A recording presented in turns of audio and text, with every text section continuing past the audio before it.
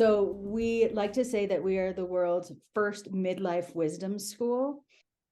Middlescence, which is a term that was developed by one of our thought leaders and faculty, Barb Waxman, is really similar to adolescence, right? We have hormonal changes, life stage changes, we're all kinds of changes. We're in it. We're in these midlife transitions, and yet the schools and tools didn't exist to address this time of life. So we created the Modern Elder Academy to create a space to have these really rich conversations around what is happening in midlife.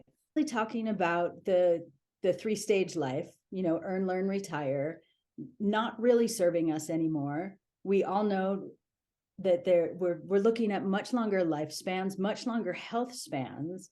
And so how can we move into that second half of adulthood with real purpose and joy? However, one of our earliest learnings when we started the academy and started gathering people on our campus to have these conversations, doing it in community, creating the space for the conversations has been some of the most transformative.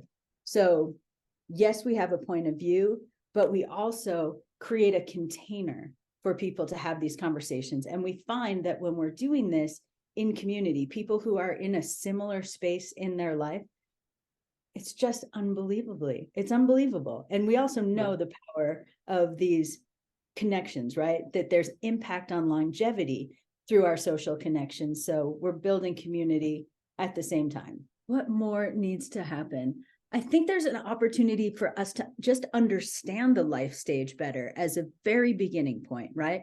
We talk a lot about the U curve of happiness, and that the bottom of U curve of happiness is at 47. And then we are happier in our 50s than we are in our 40s, happier in our 60s than we are in our 50s, happier in our 70s than we are in our 60s. This is such a different narrative than we're kind of bombarded with about aging. So we know we get happier.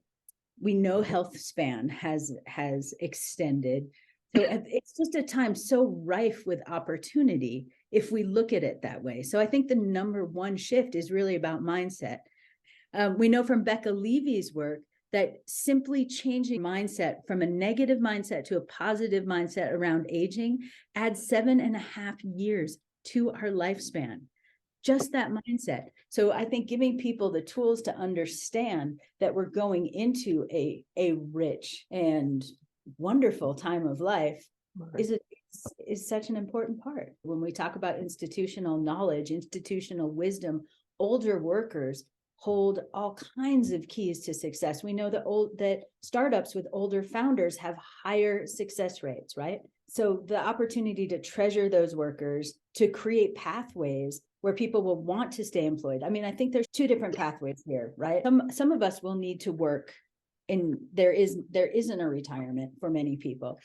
There is for others. If we can create comfortable work environments that treasure older workers, whether they have to be there or not, and create that opportunity to make space for institutional wisdom, emotional intelligence, all of these things that older workers exclusively can bring to the workplace.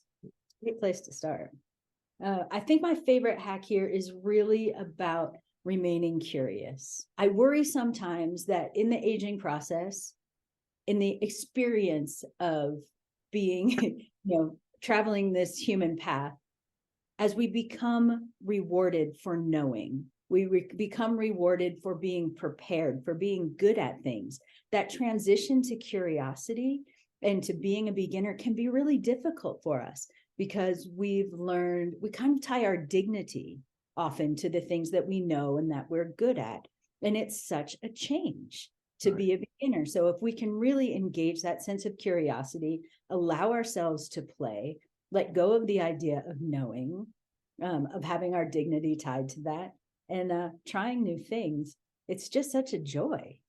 According to Becca Levy, we're looking at 7.5 years of healthy lifespan that we can add to a human life just by changing our mindset from a negative mindset to a positive mindset about aging. And I think being in this space with thought leaders who are thinking about that second half of adult life in a positive way, with lots of actionable